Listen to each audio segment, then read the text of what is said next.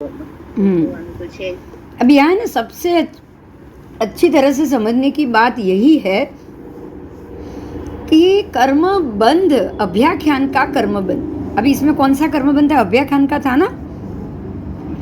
तो अभ्याख्यान का कर्म बंध, अगर ये बात मेरे साथ नहीं हुई, किसी और के साथ हुई, कोई और खराब है ऐसा मैं किसी और को बता रही हूँ, दोषारोपण हुआ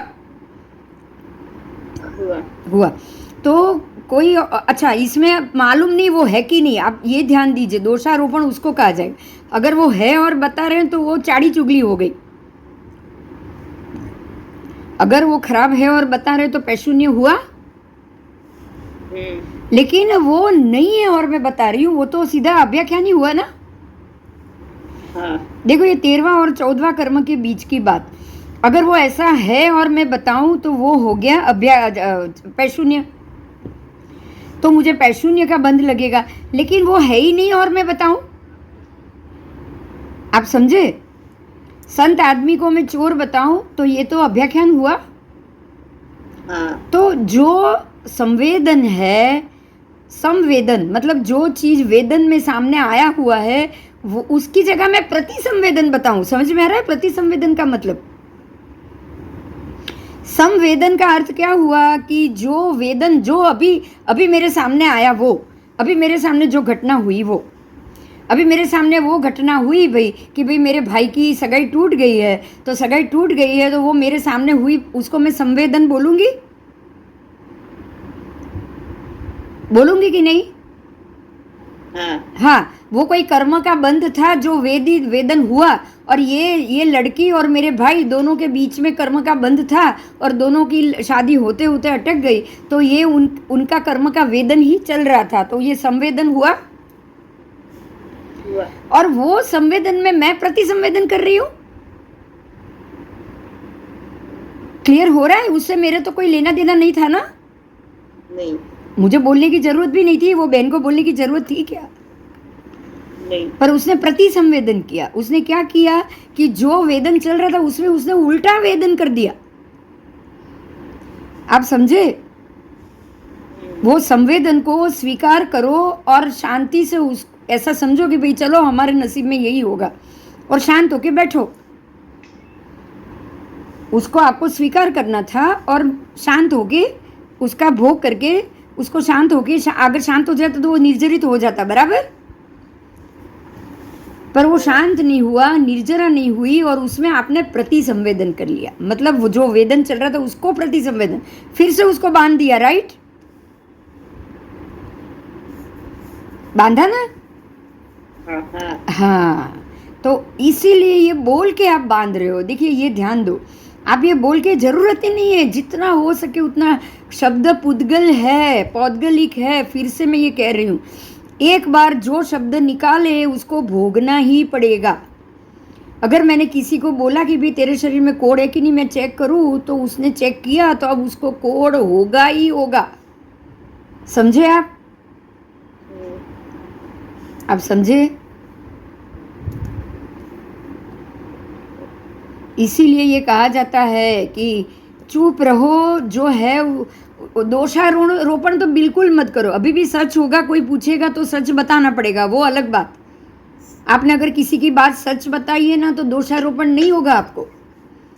आप समझे? अगर आप कोई आपसे गाइडेंस मांग रहा है कि भाई ये लड़की कैसी है, मुझे उसके लिए चाहिए, मुझे उससे संबंध बनाने हैं, या किसी की शादी के लिए उसको बताना हो, या फिर मुझे उससे कुछ व्यवहार रखने हो, फ्रेंडशिप बढ़ानी हो, कोई मुझे पूछे अभी ये सारिका कैसी है, कोई मुझे पूछे ये काश्मीरा कैसी है, आप उसके मामले में मुझे कुछ बताओ।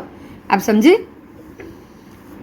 तो जो जो जो जैसा होगा वो मुझे बताना है, ना कुछ गलत बताना है और ना ही गलत हो तो सही करके बताना है। आप समझ रहे हो मेरी क्या बात है? ये संवेदन है, मतलब कि सामने जो कर्म चल रहा है, वो वेदन चल रहा है, वो व्यक्ति की छाप आपके लिए पूछा गया है, तो जो सच है वो आपको बताना। अगर आपने जो सच है वो बता दिया किसी के पूछने से, तो आपको कोई प्रति संवेदन का कर्म बंद नहीं होगा। लेकिन जो है वो नहीं बताया, उल्टा बताया, तो क्या होगा? प्रति संवेदन। तो ये तो खाली किसी का दोष के लिए बात नहीं, किसी की भी बात को उल्टा बोलने से प्रति संवेदन आप बांधोगे ही बांधोगे, समझे? हाँ समझे? आप बांधोगे ही बांधो। और जब उसका वेदन का समय आएगा तब निर्जरण का समय आएगा। वेदन और निर्जरण एक ही बात है।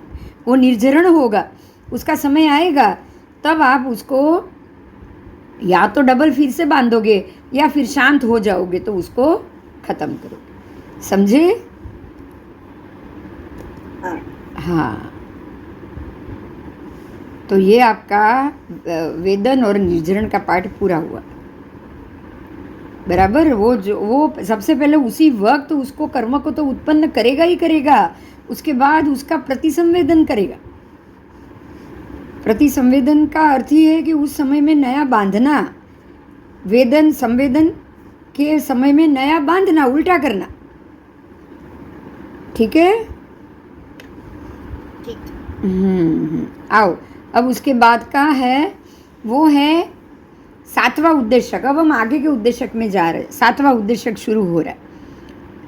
तो सातवां उद्देश्यक है परमाणु और स्कंद के एजन आदि का पद। परमाणु, स्कंद, पुद्गल परमाणु, उसकी बातें हो रही है। तो अब हमारा ये सातवां उद्देश्यक और उसके अंदर परमाणु और स्कंद आदि क्या है? तो पुद्गल परमाणु एजन, व्यजन, चलन, स्पंदन, प्रकंपन, क्षोभ और उदीर्णा। वो उदीर्णा करते भी हैं, कभी कभी करते हैं, कभी कभी नहीं भी करते, बराबर। कभी कभी वो एजन व्यजन करते हैं, या एजन का अर्थ है, एजन और व्यजन का अर्थ है नए नए भाव में परिणत होना। जैसे कि मान लो कि ये चावल है, चावल का आटा है, तो अभी वो कौन से भाव में एजन व्यजन हुए? अभी सादा आटा है, बराबर। अब उसका आप खिचिया बनाओगे तो वो खिचिया नए रूप में परिणत हुए। हाँ अब उसके बाद वो खिचिया, उसकी जगह दूसरा आटा लो और आटे की जगह वो चावल की रोटी बनाओ तो वो भी उसके दूसरे भाव में परिणत हुए, तो भी वो नया भाव आया। अगर वो चक्री बनाओ तो वो भी नया भाव आया है। तो सब परमाणु क्या है? वो परमाणु, आटे का छोटा सा छोटा कण, उसको कहा जाएगा पुद्गल परमाणु। क्या? पुद्गल परमाणु। क्योंकि ये परमाणु इसीलिए छोटे से छोटा कण, इसका दो टुकड़ा नहीं हो सकता। जिसका दो टुकड़ा और नहीं होगा वो परमाणु हुआ पुद्गल परमाणु। हम पढ़े हैं ना? हाँ, तो ये सारी चीज का पुद्गल परमाणु। हमारे शरीर में से भी एक छोटा सा कण लो जिसका दो टुकड़ा ना हो तो वो भी हुआ पुद्गल। पुद्गलास्थि काय का पुद्गल हुआ। पुद्गलास्थि काय का मतलब ऐसे ऐसे छोटे छोटे परमाणुओं का समूह, अस्थिकाय। ऐसे छोटे छोटे पुद्गल परमाणु जिसके दो हिस्से नहीं होते, ये सब इकट्ठे हो और इतना पूरा बड़ा शरीर बना है, तो उसको क्या कहोगे आप? पुद्गल परमाणु का अस्थिकाय समूह क्या कहोगे? अस्थिकाय। पर उसमें से एक छोटा सा टुकड़ा निकाल दिया, अब जिसके दो हिस्से नहीं होंगे उसका नाम है पुद्गल परमाणु, समझे? तो ये नए नए भाव में परिणत होते हैं ना। कैसे? देखिए, आज ये बिंदु का शरीर बना, कल अगर मेरी आत्मा कहीं तिर्यंच में चली गई तो वो तिर्यंच का शरीर बनाएगा? हाँ, कल को अगर वो वापस कोई उसमें चले गए, पहले आ रहे वाले युगलिक में, तो वो युगलिक का बड़ा सा शरीर बनाएगा 3 गांव की काया का, समझे? तो नए नए जो भाव है उसमें वो परिणत हुए कि नहीं हुए। तो पुद्गल परमाणु क्या करता है? कदाचित कभी कभी वो नए ऐसे भाव में परिणत होता है, और कभी कभी कोई ऐसा भी परमाणु है जो नए नए भाव में परिणत नहीं होता। कैसे बताओ? हमने ये पहले किया हुआ है, कैसे बताओ? कौन है जो नए नए भाव में परिणत नहीं होता है? पुद्गल परमाणु।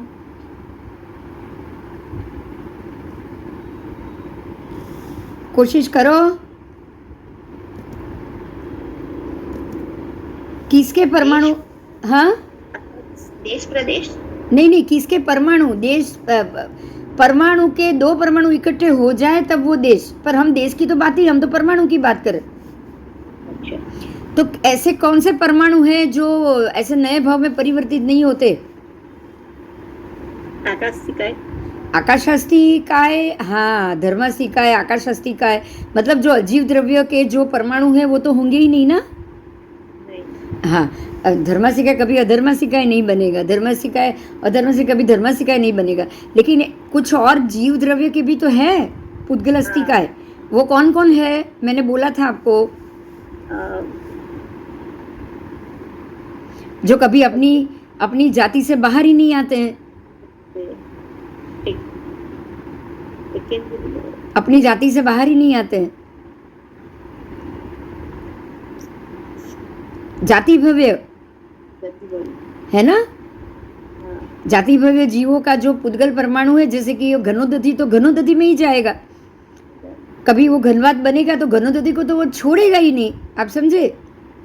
हाँ, तो कदाचित जो जीव ऐसे एजन व्यजन नहीं करता है, एजन व्यजन मतलब कि वो अपने आप को परिणत नहीं करता है, तो वही जीव हुए ना कि कभी भी दूसरे दूसरे भाव में वो जाएंगे ही नहीं, एक ही भाव में रहेंगे। ये एक ही भाव में रहते हैं ना पुद्गल परमाणु।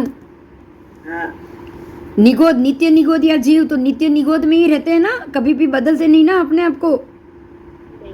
नहीं, बराबर।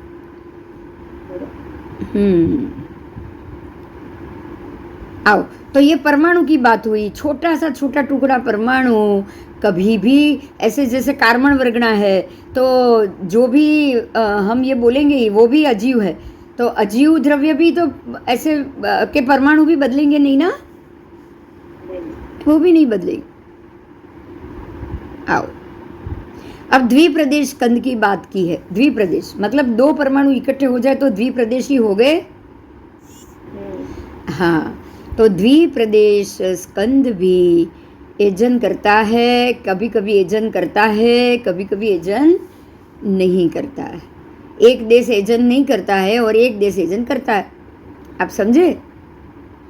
अब दो प्रदेश हो गए तो एक देश एजन करेगा, एक देश एजन नहीं करेगा, तो आधा बदलेगा आधा नहीं बदलेगा। ऐसे होता है ना, जैसे एक निगोद का बड़ा गोला ले लो, तो गोले में आधे जीव है जो वही के वही रहने हैं, नित्य निगोदी, और आधे जीव वहाँ से बाहर भी निकल जाएंगे। तो जो बाहर निकल जाएंगे वो अपने भाव को परिणत कर लेंगे ना नए भाव में। हाँ, अभी निगोद में पड़े हैं, लेकिन निगोद के ही एक गोले से दूसरे गोले में, दूसरे से तीसरे में जा सकते हैं ना बहुत सारे जीव, जा सकते हैं। जो नित्य निगोदी है वो नहीं जाएंगे, बराबर। तो कदाचित करते हैं, कदाचित नहीं करते हैं। समझ में आ रहा है? दोनों जो नहीं करते हैं वो क्यों नहीं करते, है ना। ऐसे ही त्रिप्रदेशी स्कंद का भी होगा। त्रिप्रदेशी स्कंद का भी एजन ऐसा ही होता है। कभी कभी एक देश करता है तो दो देश उसके रह जाते हैं, बराबर। तो और चतुप्रदेश, उसका भी वही समझना है हमको। चतुप्रदेश का भी कदाचित एजन करता है, कदाचित नहीं करता है। कभी कभी एक देश करेगा, कभी एक नहीं करेगा, तीन करेंगे। इस प्रकार से चतुप्रदेश भी हो गए, चार इकट्ठे हुए हैं तो वो भी ऐसे करेंगे, बराबर। तो ऐसे ही 5 प्रदेश की भी होगी ना।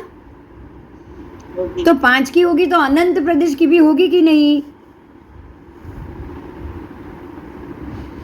बोलो। धर्मास्तिका तो अनंत प्रदेशी है कि नहीं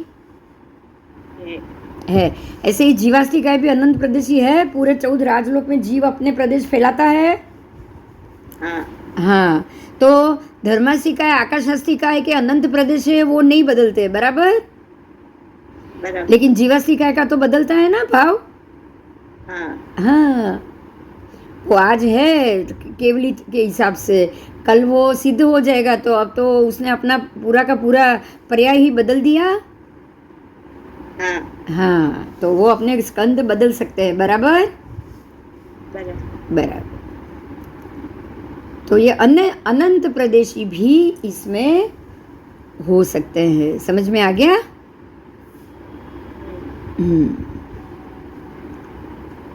चलो आगे जाऊं।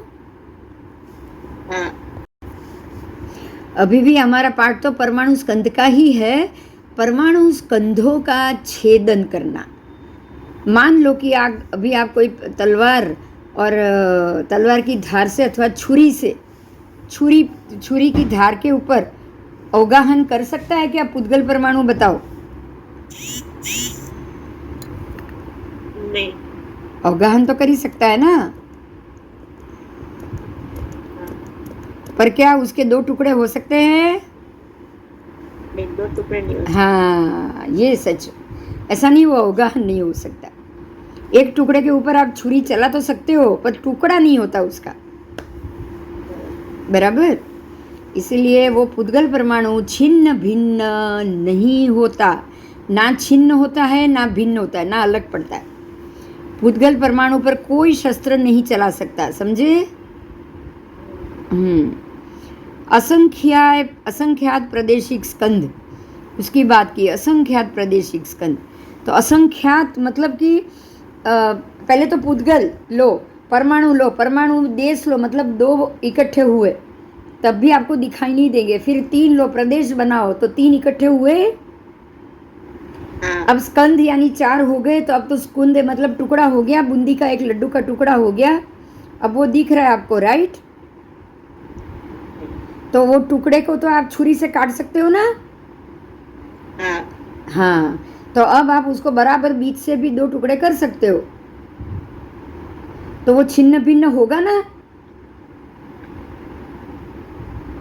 होगा कि नहीं? 2 टुकड़ा करेंगे तो होगा ना, छिन्न टुकड़ा तो होगा कि नहीं, ये बताओ। स्कंद के ऊपर होगा। तो 4 प्रदेशी स्कंद हो, 5 प्रदेशी या अनंत प्रदेशी हो, सबका टुकड़ा होगा ना? हाँ, तो स्कंद का टुकड़ा हो सकता है।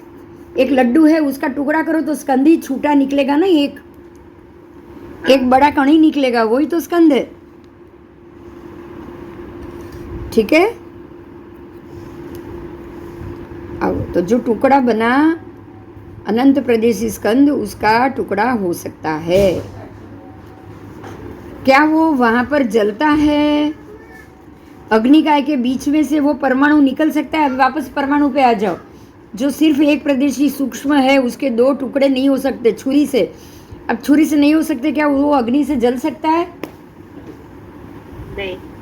अब देखिए, इसीलिए बोला है कि जो ये परमाणु होते हैं ना, पुद्गल परमाणु, जैसे कि अग्नि के जीव, पृथ्वी का है, अप का है, तेऊ का है, वायु का है, वनस्पति का है।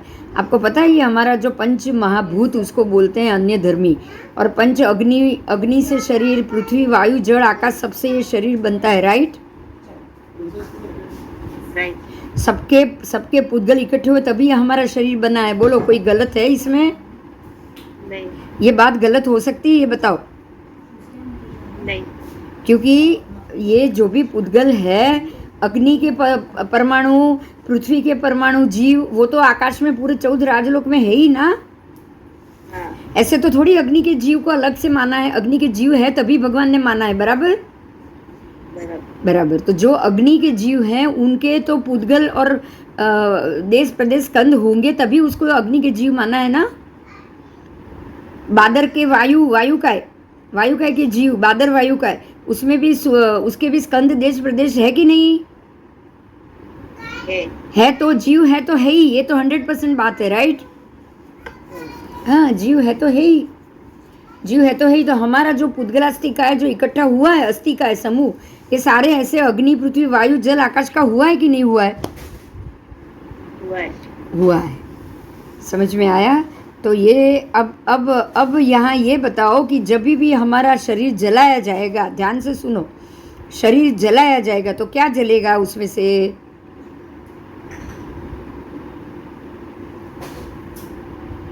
बोलो। अस्थि का ये समूह। देखिए, अब समझिएगा, जो पुद्गल परमाणु है, वो जो पुद्गल के पता है, रस, गंध, वर्ण, स्पर्श, ऐसे 20 भेद है।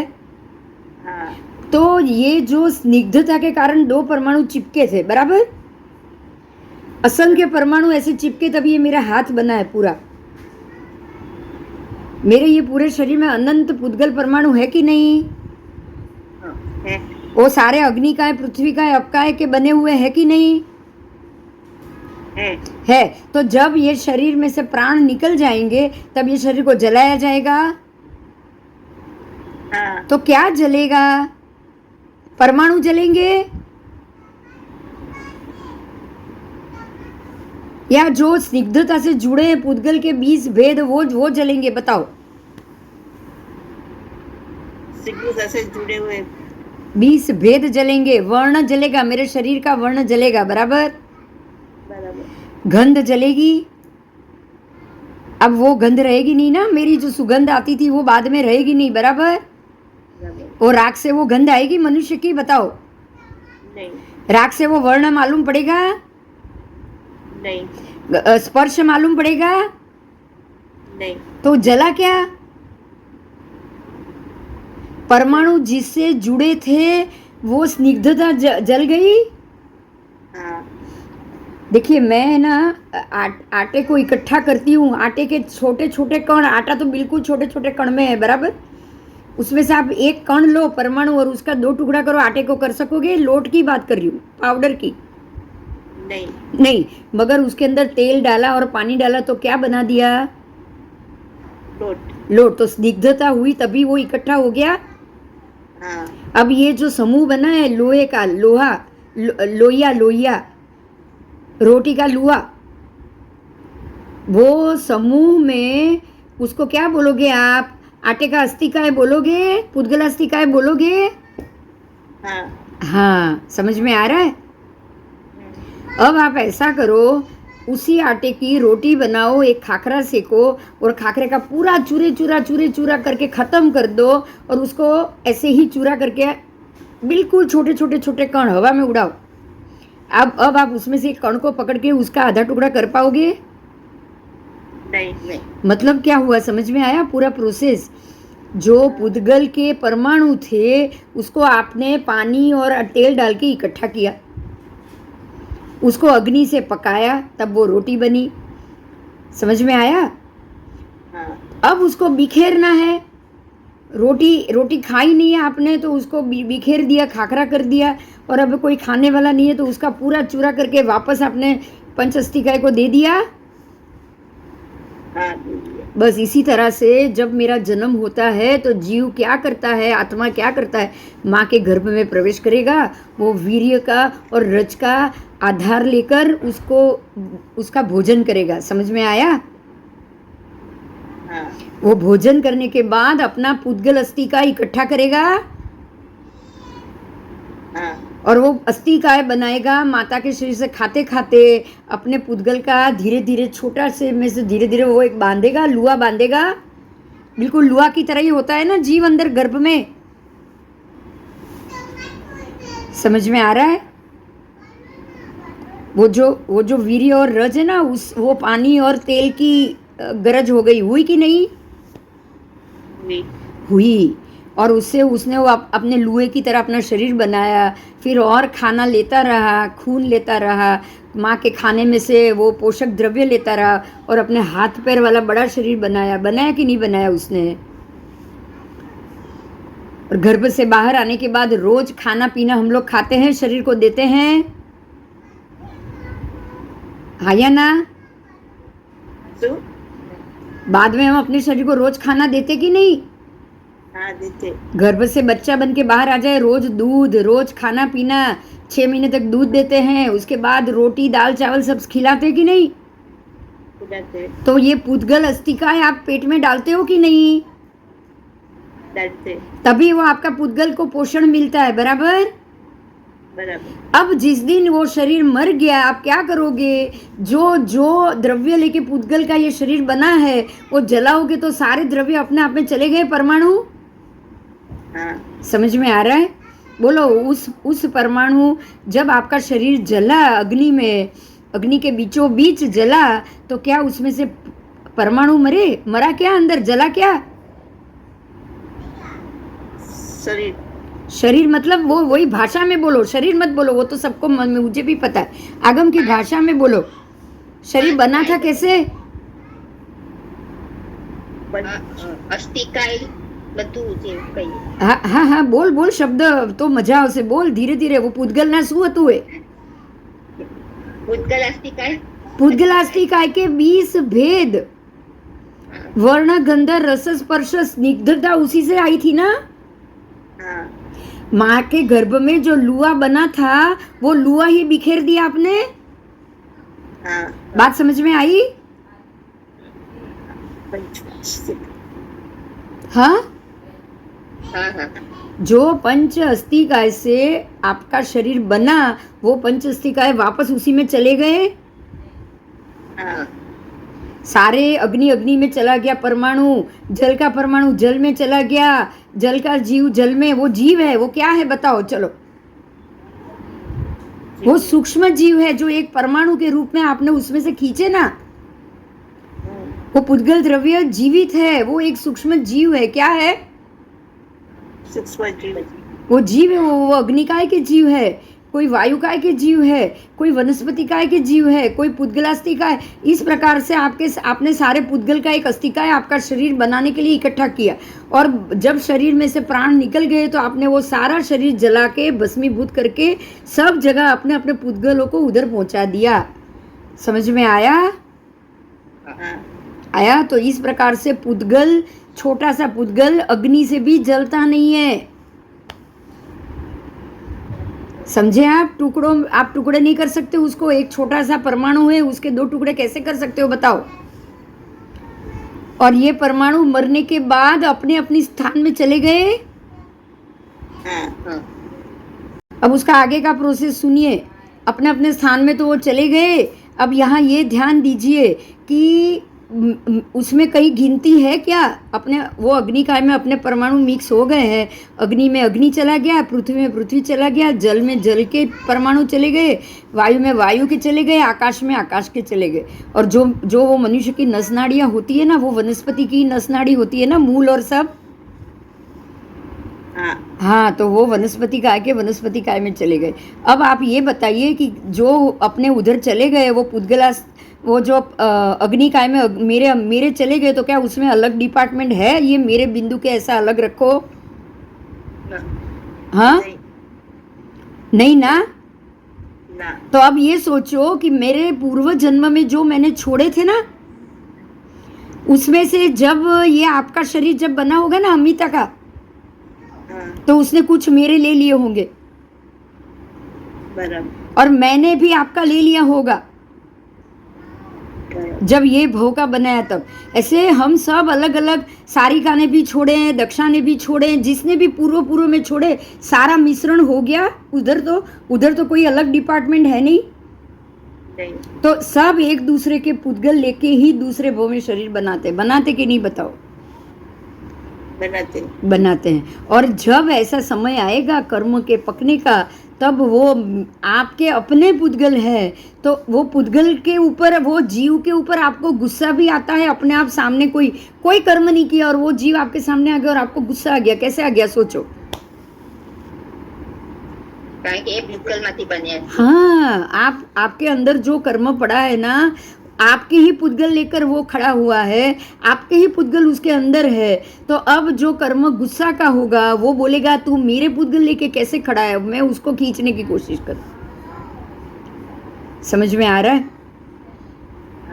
तो अंदर का जो कर्म का गुस्सा है वो पुद्गल को गुस्सा कर रहा है, वो व्यक्ति को नहीं कर रहा है. आपको नहीं पता है, किसी को नहीं पता है, मेरे को भी नहीं पता है. लेकिन अचानक कोई व्यक्ति सामने आती है, वो आपसे इतना प्रेम वाला व्यवहार करती है कि पूछो ही नहीं. आप समझे मेरी बात? अब ये ध्यान से सुनिए. परमात्मा ने जब भी आपके अंदर मैत्री भावना जाग जाएगी ना, सुनिए, आत्मा के अंदर जब मैत्री भावना जाग जाएगी, अब उसके बाद आज अगर आपके मन में मैत्री भावना जाग गई, सम्यक दर्शन परमात्मा को पहले भव में मिल गया, उसके बाद 27 भव तक उन्होंने जो भी पुद्गल छोड़े वो सारे सम्यक दर्शी के छोड़े. आप समझ रहे हो मेरी बात? सोचो.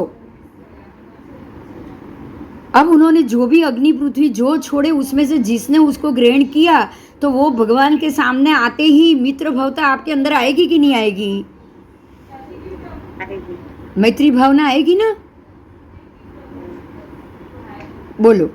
तो इस तरह से हमारे पुद्गल परमाणु आपके अंदर पुद्गल परमाणु बनके वो खड़े हैं, तो एक परमाणु का शरीर, पुद्गल का शरीर दूसरे शरीर से बातचीत करता है।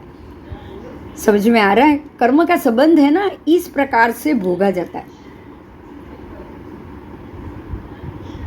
भोगा जाता है कि नहीं बताओ? हाँ, आप सामने आओगे मेरे तो मुझे आप पे गुस्सा आएगा ही नहीं। क्यों? क्योंकि मेरे और आपके जो शुभ कर्म के बंध हुए थे वो पुद्गल आपके अंदर पड़े हुए।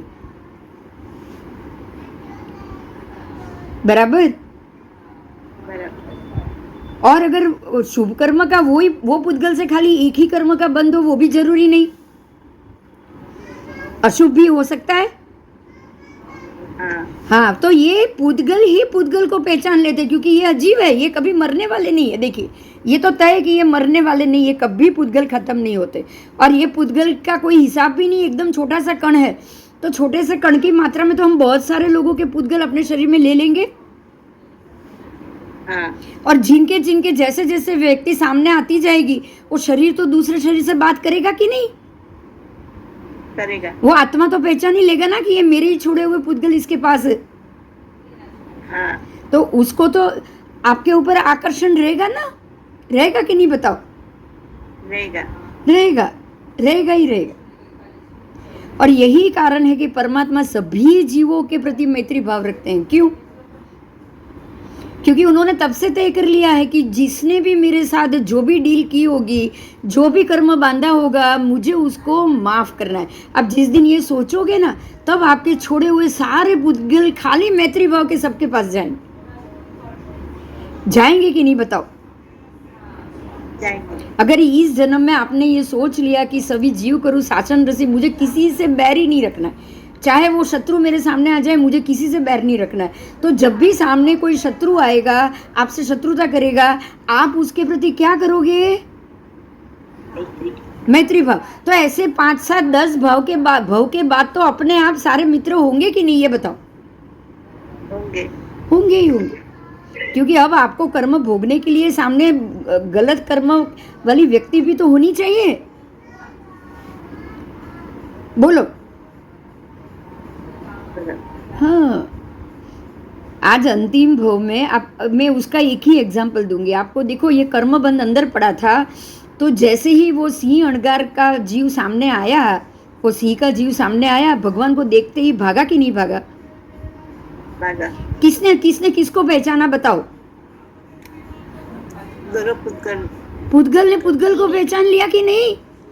उसको भगवान पसंद ही नहीं आया, देखते ही वो देख के ही भाग गया। भगवान पसंद ही नहीं आया। क्यों? क्योंकि वही तब तो जो मारने की और जो घटना हुई थी, सिंह को उन्होंने मार दिया था, वो आत्मा के ऊपर, वो आत्मा ने भी वो आत्मा को पहचान लिया।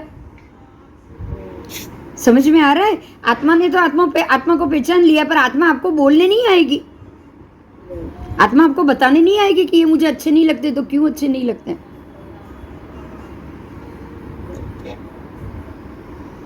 अब आप ये सोचिए कि भगवान तो सभी जीव शासन रसी करने वाले हैं, लेकिन फिर भी ये जीव परमात्मा के सामने आते ही दुश्मनावट भी तो याद कर रहा है। कर रहा है कि नहीं बताओ? कर रहा है। तो कर्म से बात करते हैं, और इस प्रकार से पुद्गल भी पुद्गल से स्पर्श से तो अनुभव होगा ना। और सामने आप उसको देखोगे तो आपकी आत्मा मना करेगी, अरे ये व्यक्ति मुझे अच्छी नहीं लगती। क्यों नहीं पता? क्यों नहीं पता? मगर मुझे अच्छी नहीं लग रही, ऐसा होगा ना? हाँ, होगा ही होगा। तो ये हुआ पूरा जो पुद्गल परमाणु का जो चलन है, वो किस प्रकार से चल रहा है।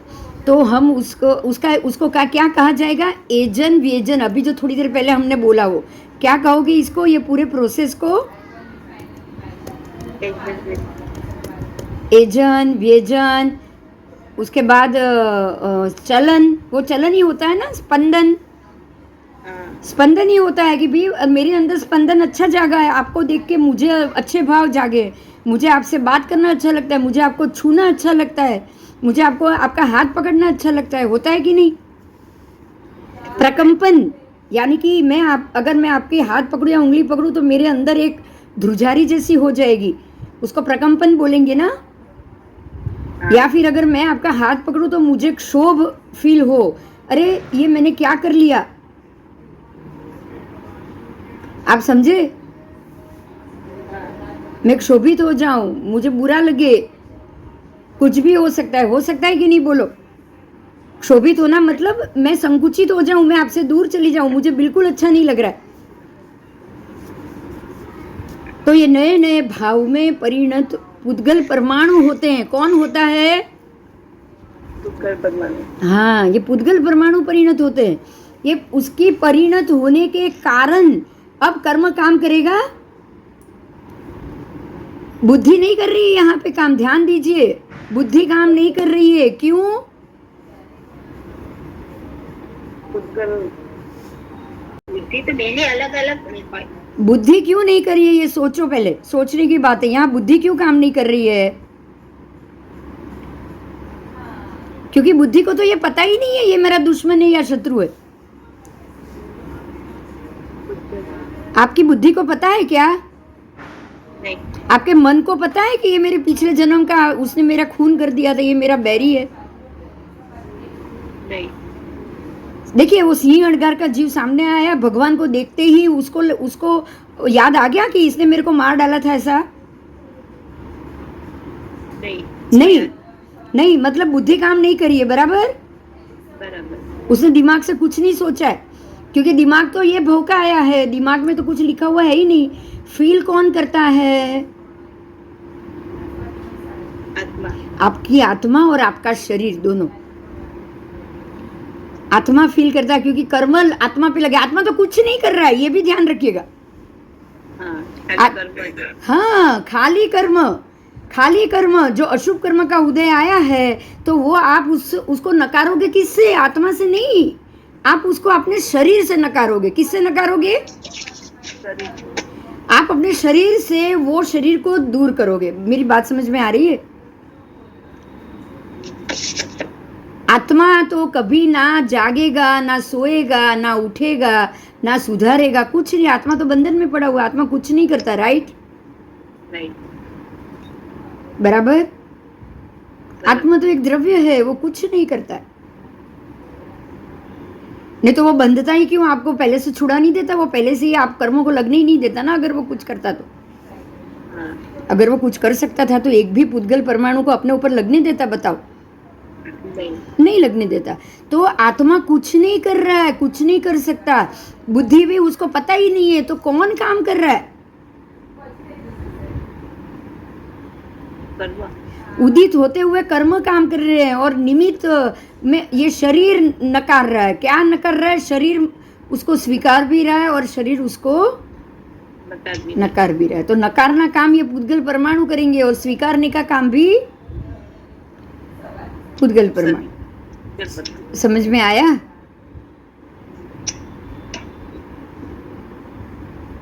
अगर वो पुद्गल परमाणु को वो कर्म बंधन है, माँ के घर में बच्चा आ गया, कर्म का संबंध था, वो आ गया। अब वो पुद्गल परमाणु को वो माँ का शरीर चाहिए ही नहीं, उसके लिए वो दुश्मनी के बराबर है। तो क्या वो अंदर गर्भ में पनप पाएगा? वो बड़ा हो पाएगा? नहीं। वो स्वीकार ही नहीं करेगा कुछ भी। अगर ज्यादा मात्रा में शत्रुता होगी तो वो गर्भ में ही मर जाएगा, और थोड़ी आधी शत्रुता, आधा प्रेम का, दोनों का कर्म संबंध होगा तो जन्म भी लेगा, और जन्म लेने के बाद कर्म से माँ से दुश्मनी भी करेगा कि नहीं? बताओ। तो ये सारा एजन, व्यजन, चलन, स्पंदन, प्रकंपन, क्षोभ और उदीर्णा कौन करते हैं? हाँ, बराबर।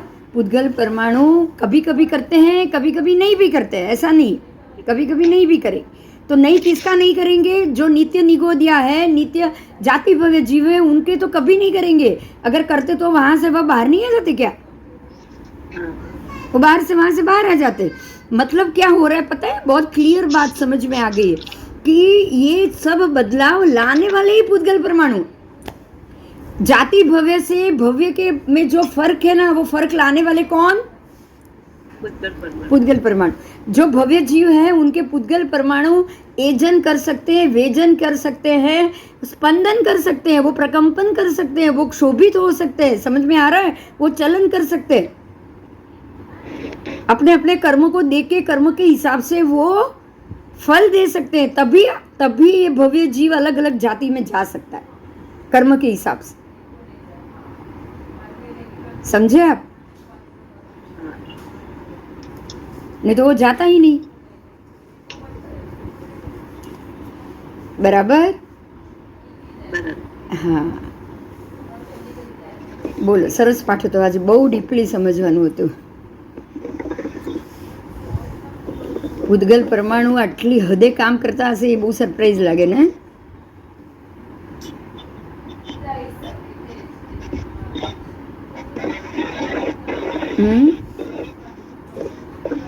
आज है ना एक बात क्लियर हो गई, देखिए ध्यान में आई हो तो, कि जो धर्मास्तिका है, अधर्मास्तिका है, पुद्गलास्तिका है, जीवास्तिका है, और ये जब जो है ना उसमें से जो शरीर बनता है ना जीव से, जो अजीव है छोड़ो, अजीव के भी पुद्गलास्तिका है कि नहीं? ये पांचों अजीव है। देखिए धर्मास्तिका है, अधर्मास्तिका है, आकाशास्तिका है, पुद्गलास्तिका है और काल, ये पांचों अजीव द्रव्य हुए।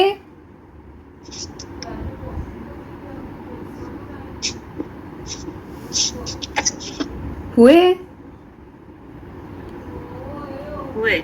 तो अजीव के पुद्गल और हम लोग जो जीवास्तिका जो लेते हैं वो जीवित है, वो जीव द्रव्य है।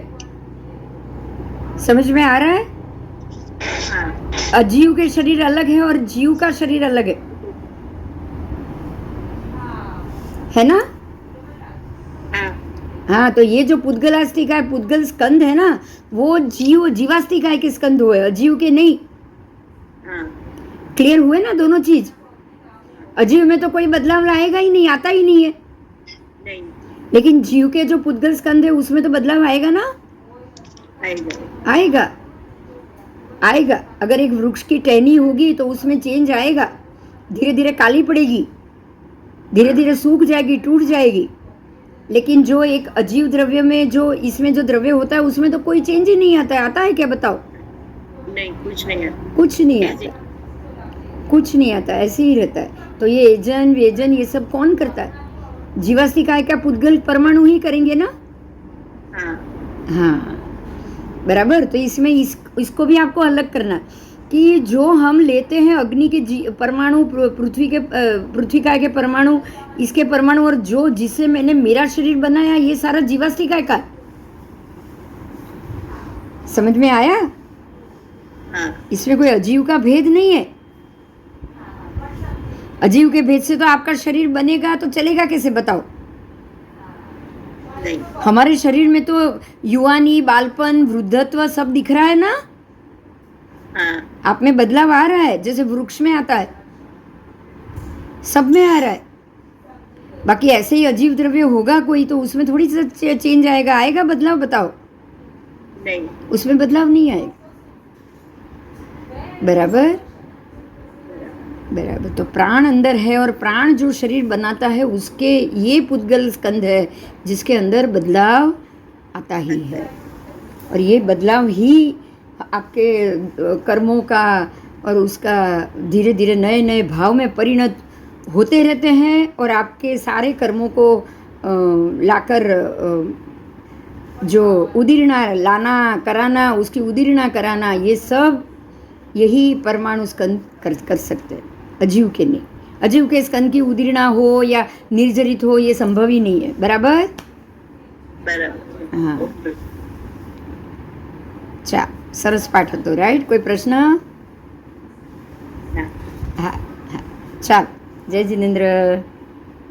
जय जिनेन्द्र। જય.